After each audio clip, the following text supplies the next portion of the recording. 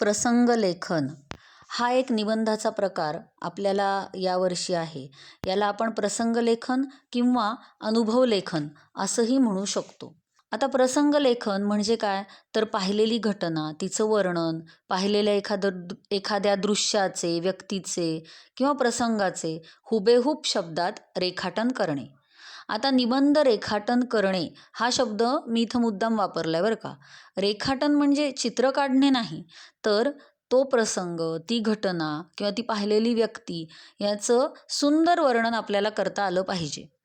आता प्रसंग लेखन करताना काही मुद्दे आपण लक्षात घेतले पाहिजेत आणि ते तसे लक्षात घेतले की आपला निबंध बऱ्याच प्रमाणात नेमका आणि नेटका होतो. म्हणजे तुमच्या भाषेत म्हणायचं झालं तर तो बरोबर लाईनवर चालतो. निबंध असा लाईनवर येणं फार महत्त्वाचं आणि गरजेचं आहे. अशा प्रसंग वर्णनातून तुमची निरीक्षण शक्ती किंवा तुमचं जे ऑब्झर्वेशन स्किल आहे ते समोरच्याच्या लक्षात येतं.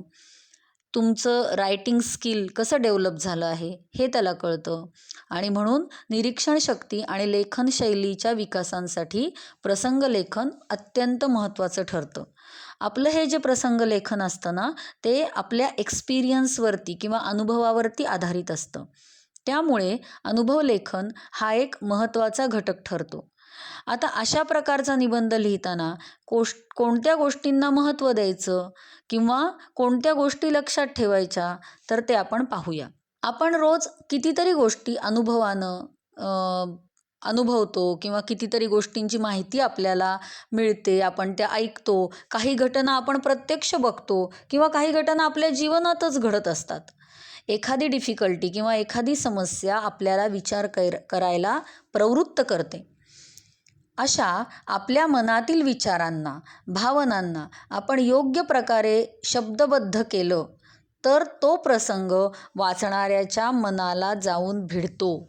त्याला ते खूप आवडतं आणि तो प्रसंग साक्षात त्याच्यासमोर उभा राहतो.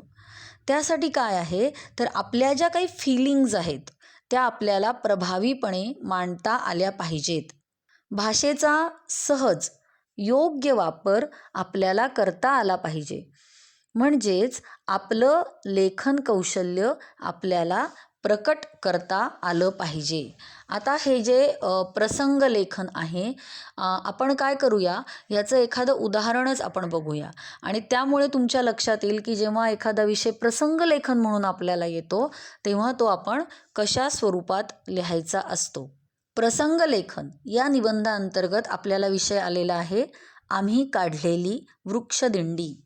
आज आपण सर्वत्र पर्यावरणाविषयी ऐकतो, वाचतो, पाहतो. असे का?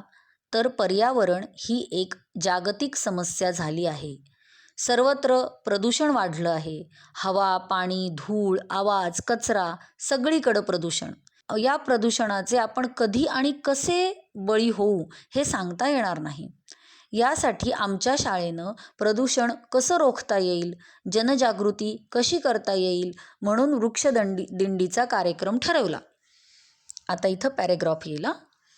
या कार्यक्रमासाठी महिनाभर तयारी चालू होती. शाळेनं प्रत्येक विद्यार्थ्याला एक छोटं रोपटं घरी लावायला सांगितलं. ज्याला जे आवडेल आणि मिळेल असं रोपटं तयार करायचं होतं. रोपटं कसं तयार करायचं यासंबंधी माहिती पण दिली. 2 ऑक्टोबर गांधी जयंती या निमित्ताने सर्व विद्यार्थ्यांना तयार केलेली आपली रोपटी घेऊन बरोबर 7 वाजता शाळेत हजर राहायला सांगितले. आता परत पुढचा परिच्छेद येणार. सर्व विद्यार्थी गणवेशात आपली रोपटी घेऊन हजर झाली.